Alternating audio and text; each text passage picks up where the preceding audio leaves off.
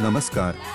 शिक्षकांसाठी दर्जेदार व्हिडिओ निर्मिती स्पर्धा 2023 पारितोषिक वितरण समारंभ भारती विद्यापीठ कन्या प्रशाला कडेगाव या ठिकाणी संपन्न झाला।